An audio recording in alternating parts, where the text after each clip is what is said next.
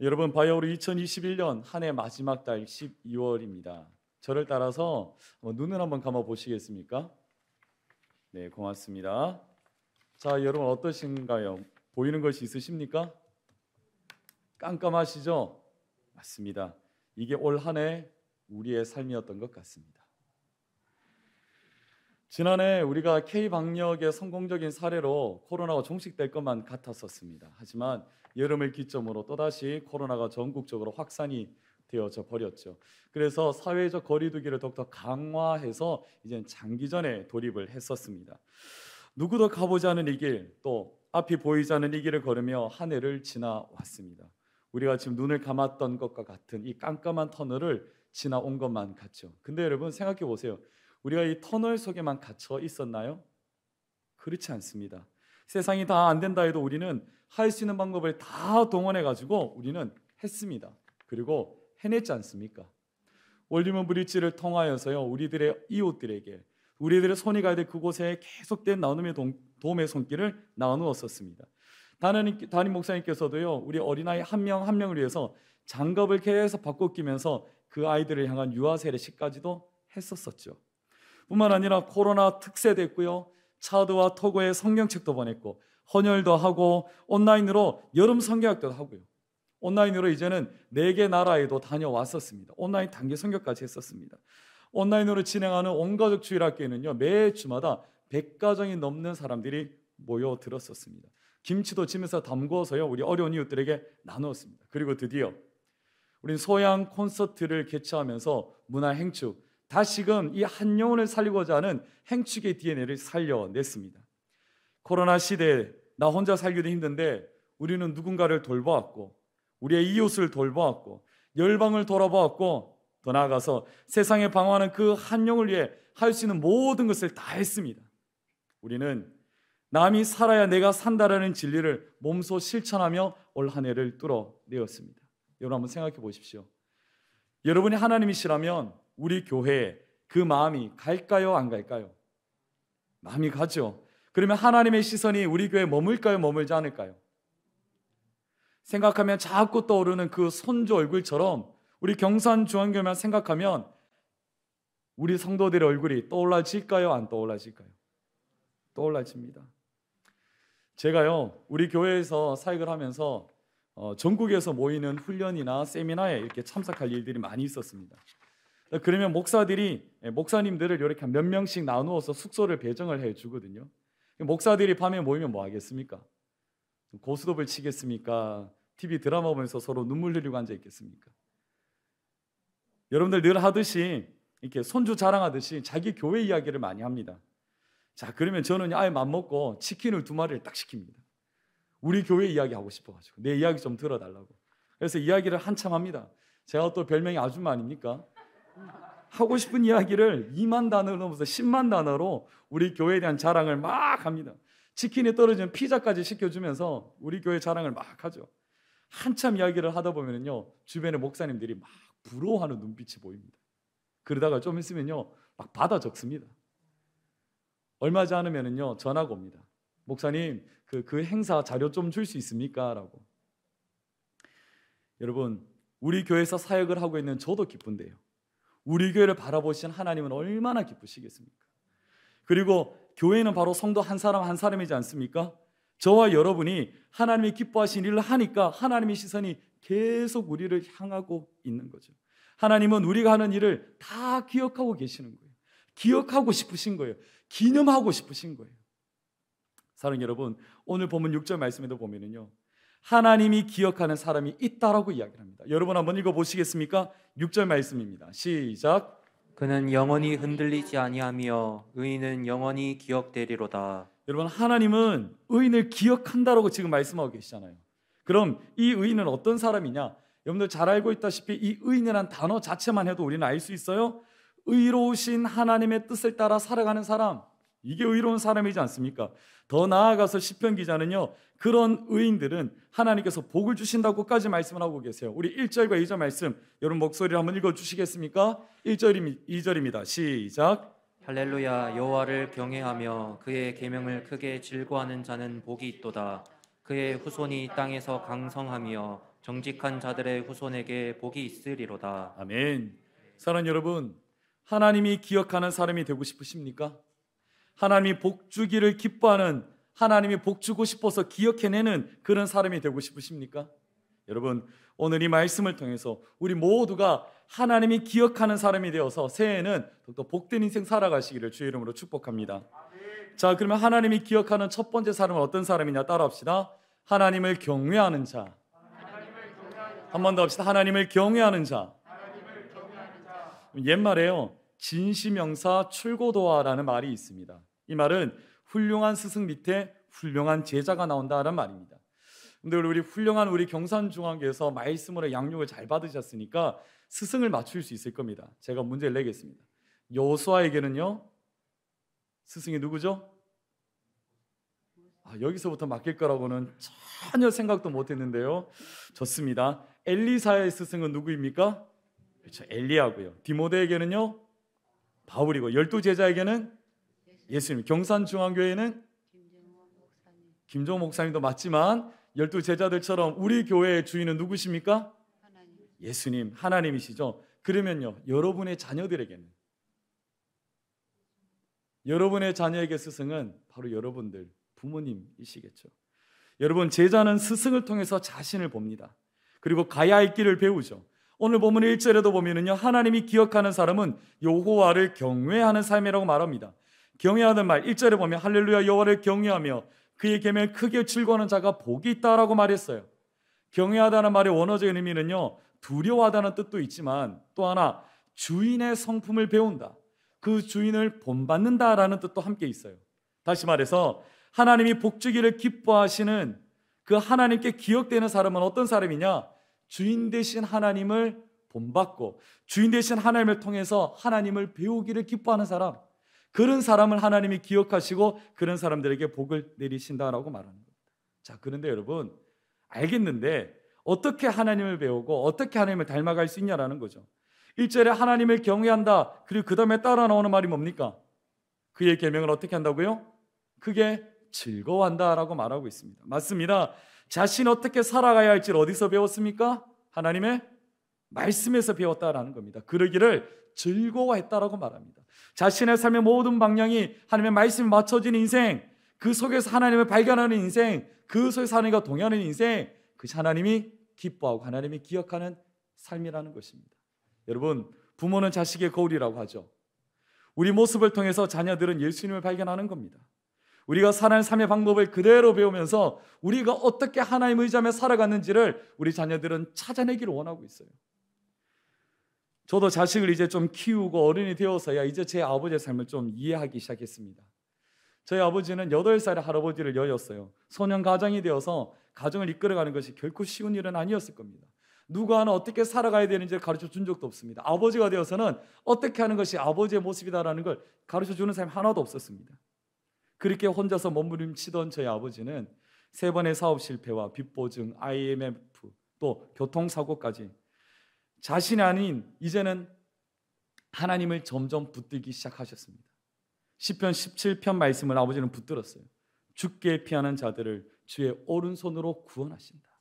자신 혼자 살아갔던 인생 속에 사업 실패와 빚보증과 IMF 맞고 교통사고까지 당해서 산산조각난 인생이 이제 하나님을 붙들기 시작하신 거예요. 하나님께 피하는 자, 하나님 오른손으로 붙잡으시는 그 말씀, 그렇게 붙들고 새벽자단에 쌓기 시작하시더라고요. 그때부터 하나님께서 일거리를 막 갖다 부어주시는 거예요. 그렇게 문제가 하나 둘 해결되기 시작했습니다. 그리고 1년이 지나서 저희 아버지에게 첫 번째 가게가 생겼습니다. 그래서 모든 것이 주의 은혜로 되었다라고 해서 가게 이름을요, 주은혜 인테리어라고 지었습니다. 1년 뒤에는요, 저희 아버지는 장로를 임직하게 되었습니다. 그리고 이제는 은퇴하신 후에 평생 전도하며 살고 싶으시다고요, 늦깎이 나이에 신학교에 들어가셨습니다. 그리고 개척교회, 작은 교회 찬양 전도사로 섬기시다가 68세의 나이에 목사 안수를 받으셨습니다. 저는 지금도 제 아버지의 인생을 통해서 전 하나님을 봅니다. 아버지를 통해서 하나님을 발견하기 시작하죠. 자신의 힘이 아닌 하나님의 말씀을 붙들며 하나님만을 경험하며 사셨던 그 아버지를 통해서 말입니다. 사랑하는 여러분, 우리의 인생이요, 축복만 있는 인생이 아니잖아요. 때로는 고난이 있습니다. 하나님이 이스라엘 백성에게 축복의 산도 보여주고 저주의 산도 두 개 다 보여준 이유가 뭐가 있습니까? 무엇이겠습니까? 우리 인생도 언제나 왔다 갔다 한다는 거예요. 그러니까 저 산들처럼 바라보면서 반면교사 삼고 바른 삶으로 살아가야 된다고 이야기하시는 거예요. 그래서요, 신명기 11장 26절부터 28절에 이렇게 말씀하세요. 제가 읽어드릴게요. 내가 오늘 복과 저주를 너희 앞에 두나니 내가 오늘 너희에게 명하는 너희 하나님 여호와의 명령을 들으면 복이 될 것이요, 내가 오늘 너희에게 명령하는 도에서 돌이켜 떠나 너희 하나님 여호와의 명령을 듣지 아니하고 본래 알지 못하던 다른 신들을 따르면 저주를 받으리라. 여러분, 하나님을 닮고 예수님을 닮고 성경에 나오는 수많은 위인들과 100% 똑같지 않더라도 우리 자녀는요, 우리를 결코 부끄러워하지 않습니다. 제 아버지의 인생이 여러 번의 사업 실패가 있다 하더라도 제가 저희 아버지를 부끄러워했을까요? 아닙니다. 그 말씀 붙들며 끝까지 살아내보려고 몸부림치던 그 아버지를 통해서 저는 배웠습니다. 오늘 성경 말합니다. 여호와의 계명을 철저히 지켰다라고 말하지 않습니다. 여호와의 계명을 즐거워했다라고 말하고 있습니다. 저희 아버지가 철저히 그 말씀을 지키는 삶을 살았던 자가 아닙니다. 그러나 그 말씀을 즐거워하고 붙들며 살았던 사람이었습니다. 사랑하는 여러분, 우리가 고난을 이겨내기 위해서 말씀을 붙들고 살아보려 하지만 실패할 수 있습니다. 때로는 작심삼일로 끝나버릴 때도 있습니다. 하지만 그러나고 포기해서는 안 되는 것입니다. 성공의 반대말이 뭘까요? 실패입니까? 아닙니다. 포기입니다. 여러분, 하나님의 말씀을 포기하지 않는 것입니다. 하나님의 마음을 잊어버리지 않는 것입니다. 저희 아버지는 실패한 적은 있어도 포기한 적은 없던 사람이었습니다. 사랑하는 여러분, 세상에서 가장 용감한 사람은 실패를 두려워하지 않는 사람이에요. 실패를 두려워하지 않는 우리 모습을 보면서 자란 우리 자녀들은 우리보다 더욱더 건강한 인생을 살아낼 줄 믿습니다. 사랑하는 여러분, 정말 하나님은 그런 자들을 기억하고 그런 자들을 복지기를 원하십니다. 하나님의 말씀이 100% 지키기는 어렵지만 그러나 그 말씀 지키기를 즐거워하고 그 말씀 붙잡고 살아가기를 소원하는 그런 사람, 그 말씀 속에서 하나님을 발견하고 그 모습을 자녀에게 보여줄 수 있는 사람, 하나님은 그런 사람을 기억하십니다. 자, 그러면 하나님이 기억하는 두 번째 사람 어떤 사람이냐 따라합시다. 하나님 앞에 정직한 사람. 하나님 앞에 정직한 한 번 더 합시다. 하나님 앞에 정직한 사람. 하나님 앞에 정직한 사람. 여러분, 요즘 우리 한국이요, 세계적인 위상이 엄청나게 높습니다. BTS라는 젊은 우리 청년들이요, 전 세계를 다니면서요 엄청난 인기몰이를 하고 있습니다. 그들은요 생각보다 굉장히 건강한 노래를 만들어요. 인생의 힘들고 어려운 고난을 이겨내는 이런 이야기들을 합니다. 그러니까 세상에 말하는 얄궂은 그런 욕심 노래를 하지 않아요. 뿐만 아니라 봉준호 감독이나 배우 윤여정 씨, 영화 기생충 이런 등등으로 한국은요 문화예술 분야에서 세계적으로 위상이 굉장히 높습니다. 자, 근데요 우리 한국은요 부끄러운 면도 있어요. 2013년도 WHO의 발표에 의하면요 OECD 국가 중에 우리 한국은요 사기 범죄율이 1위입니다. 2016년도 6월에요 일본의 경제학 신문에 잡지에 실렸던 글인데요. 한국 사람을 조심해라. 왜요? 한국 사람은 거짓말쟁이다. 사기 대국이다. 라는 문구가 실렸습니다. 여러분 그거 아십니까? 심지어는요 조선시대에도 이런 글이 있었어요. 1560년도에 중국으로 가려고 배를 타고 가던 네덜란드 선원, 영어에 되게 약합니다. 죄송합니다. 네덜란드 선원이었던 이 핸드릭 하멜이 쓴 하멜 표류기에 보면은요 뭐라고 적혀있냐면 이래 적혀 있습니다. 조선 사람들은 참 거짓말을 잘한다. 남을 속이고도 부끄러운 줄 모른다. 그래서요 도산 안창호 선생은 이런 말을 남겼습니다. 우리 민족을 망친 원인은 바로 거짓이다. 민족을 현재의 세태와 불행에서 나아가 장래에는 행복과 번영으로 건져내려면 우리는 무엇보다 거짓말과 속이는 행실에서 벗어나야 한다라고 말했습니다. 여러분 하나님은 사람을 만드실 때 거짓을 심어서 만들지 않으셨어요. 왜 그렇게 거짓을 밥 먹듯이 하게 되었을까? 전도서는 이렇게 말합니다. 여러분 한번 읽어보실까요? 여러분 읽어주십시오. 시작. 내가 깨달은 것은 오직 이것이라. 곧 하나님은 사람을 정직하게 지으셨으나 사람이 많은 꾀들을 낸 것이니라. 그렇습니다. 사람들이 스스로가 꾀를 내어 살다 보니까 거짓말을 하게 되어진 거예요. 아담과 하와가 그랬지 않습니까? 하나님은 그들을 처음부터 정직하게 만들었는데 선악과를 먹고 나서부터 거짓말하기 시작했어요. 이 핑계 저 핑계 대다 결국 누구를 핑계댔습니까?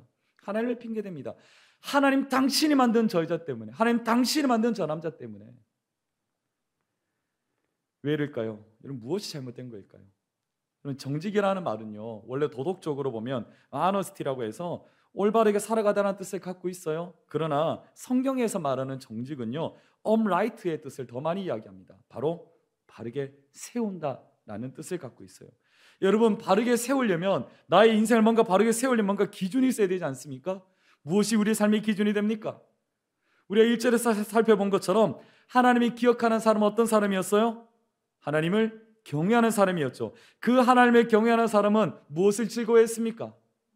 그렇죠. 하나님의 말씀을 즐거워하며 살았습니다. 우리가 바르게 세워야 할 바로 그 정직함의 기준이 바로 하나님의 말씀이라는 것이죠. 그러니까 아담과 하와가요, 선악과와 생명나무 열매를 따먹기 싶어서 자꾸 이렇게 눈독이 들어진 거 맞아요. 그러나 하나님께서 말씀하셨잖아요. 정령 죽으리라. 그 말씀을 생각하면서 오늘도 꾹 누르고 내일도 이렇게 꾹 누르며 살아가는 것, 그게 하나님이 기뻐하시는 모습이라는 거였어요. 사랑하는 여러분, 하나님의 말씀의 기준을 바르게 살아가는 정직한 사람, 그 사람들에게 하나님은 어떻게 해주실까요? 2절 말씀입니다. 정직한 자들의 후손에게 무엇이 있다고요? 복이 있다라고요. 어떤 복이냐면 3절에 이렇게 말씀하세요. 여러분 성경 한번 보십시오. 부와 재물이 그의 집에 있으며 그의 공의가 영구히 서 있으리로다. 그러니까 하나님의 기준대로, 하나님의 말씀대로 살아갈 줄 아는 사람들에게는 하나님께서 물질을 부어주신다고 말이에요. 왜요? 바르게 쓸 줄 아니까. 바르게 쓸 줄 아니까 하나님께서 그것을 기억했다가 그들에게 부와 재물을 맡겨주시는 거예요. 록펠러가 그렇게 이야기를 했어요. 하나님 내 빽이시니까 난 쓰면 된다고요. 우리 록펠러 인생은 너무나 잘 알고 있잖아요. 정확한 11절 드리며 하나님의 기쁨이 되기 위해서 살았던 그, 자신의 인생의 절반 이상은 온통 나누고 베푸는 삶을 살았던 그였습니다. 하나님 내 빽이니까 난 쓰면 된다. 바르게 쓸 줄 아니까 하나님께서 바르게 주시는 거였어요. 근데요, 한 가지 문제가 있습니다. 여러분, 정직하게 사는 것 마냥 복만 있을까요? 오늘 성경 말씀 4절에 이렇게 이야기합니다. 한번 읽어보실까요? 여러분 목소리 읽어주십시오. 시작. 정직한 자들에게는 흑암 중에 빛이 일어나나니. 아멘. 여러분, 죄로 타락한 이 세상은요, 정직한 자가 고통을 받는 세상입니다. 정직한 자가 바보가 되는 세상이에요. 정직하면 손해보는 곳이 되어버렸어요. 사탄은요, 착한 일보다 악한 일을 더 즐기고 옳은 말보다 거짓말을 더 많이 하는 사람, 더 많이 하는 존재입니다. 거짓이 지혜이고 정직이 어리석음이라고 오늘날 우리에게 가르쳐주고 있습니다. 디모데후서 3장에 이렇게 이야기를 해요. 무릇 그리스도 예수 안에서 경건하게 살고자 하는 자는 핍박을 받으리라. 하지만 사도 바울은요, 디모데에게 여기서 그치지 않냐고 자신의 확신에 찬 메시지를 줍니다. 여러분 같이 한번 읽어볼까요? 함께 읽습니다. 시작. 나의 교훈과 행실과 의향과 믿음과 오래 참음과 사랑과 인내와 박해를 받음과 고난과 또한 안디옥과 이고디온과 루스드라에서 당한 일과 어떠한 박해를 받은 것을 내가 가연 보고 알았거니와 주께서 이 모든 것 가운데서 나를 건지셨느니라. 그 모든 상황, 그 모든 핍박 어려움 속에서 하나님께서 바울을 어떻게 하셨다고요? 건져내셨다라고 말씀합니다. 우리가 이 어둡고 거짓뿐인 세상에서 하나님의 백성으로 살아간다는 것 정말 힘들고 어려운 일입니다. 그러나 정직한 자의 장막은 흥한다라는 책에서 이렇게 말했어요. 반칙이 난무하는 세상에서 정직하게 사는 건 정말 힘든 일이다. 그래서 정직은 그리스도인이 할 수 있는 이 시대의 순교이다. 사랑하는 여러분, 순교의 각오로 이 세상을 살아가는 게 정직이라고 합니다. 하나님은 그런 정직한 자에게 무엇이 되어주십니까? 오늘 빛이 되어준다고 말씀하고 있습니다. 빛이 임하기 전에 먼저 흑암이 있는데 하나님은 빛이 되어져서 그 흑암의 그늘을 없애버려 주시겠다고 약속을 하셨어요. 사랑하는 여러분, 하나님의 말씀을 바르게 세워나가려고 몸부림치는 여러분들에게 하나님께서 빛이 되어줘서 여러분의 정직함을 드러내 주실 줄 믿습니다. 아무리 우리가 모함을 당하고 우리가 아무리 곤못을 씌우게 삶을 당한다 할지라도 우리의 이 정직함을 하나님께서 하시고 하나님께서는 빛이 되어서 우리의 그 정직을 드러내 보여주신다고 말씀하고 계십니다. 사랑하는 여러분, 거짓과 속임수가 난무하는 이 세상 속에서 하나님과 사람들 앞에 정직하게 살아가는 믿음의 사람들이 되시기를 주의 이름으로 축복합니다. 자, 끝으로 하나님이 기억하는 세 번째 사람, 어떤 사람일까? 함께 합시다. 나누고 꾸어주는 자. 한 번 더요. 나누고 꾸어주는 자. 나누고 꾸어주는 자. 여러분, 대부분의 사람들은 남에게 베푸는 일에 많이 인색합니다. 베풀기는 베푸는데 또 어떤 보상이나 대가를 바라거나 득실을 계산하는 사람도 많습니다. 또 베풀기보다는요, 움켜쥐고 더 많이 차지하려고 하는 사람들도 많이 있습니다. 하지만 성경은요, 반대로 이 베푸는 자가 잘되고 복을 받을 것이라고 말씀하고 있어요. 5절 말씀 한번 읽어볼까요? 우리 같이 한번 읽겠습니다. 시작. 은혜를 베풀며 구워주는 자는 잘되나니 그 일을 정의로 행하리로다. 여러분, 은혜를 베풀고 구워주는 자가 어떻게 된다고요? 잘 된다고 이야기를 하고 계세요. 여러분, 돈을 구워주는데 왜 잘 됩니까? 유대인들은요, 돈을 구워주면 이자를 받을 생각을 안 합니다. 레위기 25장에 보면은요, 남에게 이자를 위하여서 돈을 구워주지 말라고 말하고 있어요. 이자 받을 것 생각하면서 남에게 돈 구워주지 말라고 말해요. 이익을 위해서 양식을 구워주지 말라고 말하고 있어요. 성경이 그렇게 말하고 있어요. 그러니까 구워주는 것 자체는 내가 잘 되려고 하는 게 아니에요. 나도 많이 가진 건 아니지만 그러나 필요한 이웃에게 구워주는 거예요. 나눠주는 거예요. 뭐 돌려받을지 뻔히 알면서도 구워주는 게 이게 유대인의 구워줌인 거예요. 그리고요, 생각해 보십시오. 이스라엘 민족에게는요, 7년이 지나면 모든 것이 다 해방이 되어지는 것 알고 계시잖아요. 7년 지나면 그 빚마저도 다 탕감되어져 버려요. 그러니까 어차피 못 돌려받는 거예요. 7년이 지나버리면. 그런 줄도 알면서 구워주는 사람을 하나님께서 잘되게 해주시겠다라고 말씀하고 계세요. 이런 풍습을 알면서도 이웃에게 구워주는 사람이 하나님께 복받는 사람이 된다고 말하는데요, 잠언 11장 25절을 보면은요, 구제를 좋아하는 자는 풍족하여질 것이고 남을 윤택하게 하는 자는 윤택하여지리라라고 말씀합니다. 그러니까 하나님께서는 구제를 좋아하는 사람에게 오히려 갚아주실 뿐만 아니라 남을 윤택하게 한 사람에게 오히려 너를 윤택하게 해줄게 라고 말씀해 주시는 거예요. 잠언 19장에 가서 이렇게 말합니다. 가난한 자를 불쌍히 여기는 것은 여호와께 꾸이는 것이니, 그러니까 내가 가난한 자를 불쌍히 여긴 것은 오히려 하나님께 내가 꾸어주게 된 것이니까 누가 갚으실까요? 꾼 사람은 하나님이니까 하나님이 갚아주시는 거예요. 할렐루야. 하나님 말씀하십니다. 내 하나님 여호와께서 내 범사와 내 선호하는 바 내게 복을 주시리라. 하나님께서는요, 당신의 말씀대로 살려고 몸부림치는 사람들을 보면 하나님 너무너무 기분이 좋으세요. 하나님의 기쁨이 바로 우리를 기억하셨다가 우리를 윤택하게 만들어주고 우리에게 갚아주는 것이에요. 그게 하나님의 기쁨이신 거예요. 여러분, 노블리스 오블리자라는 말을 많이 들어보셨을 겁니다.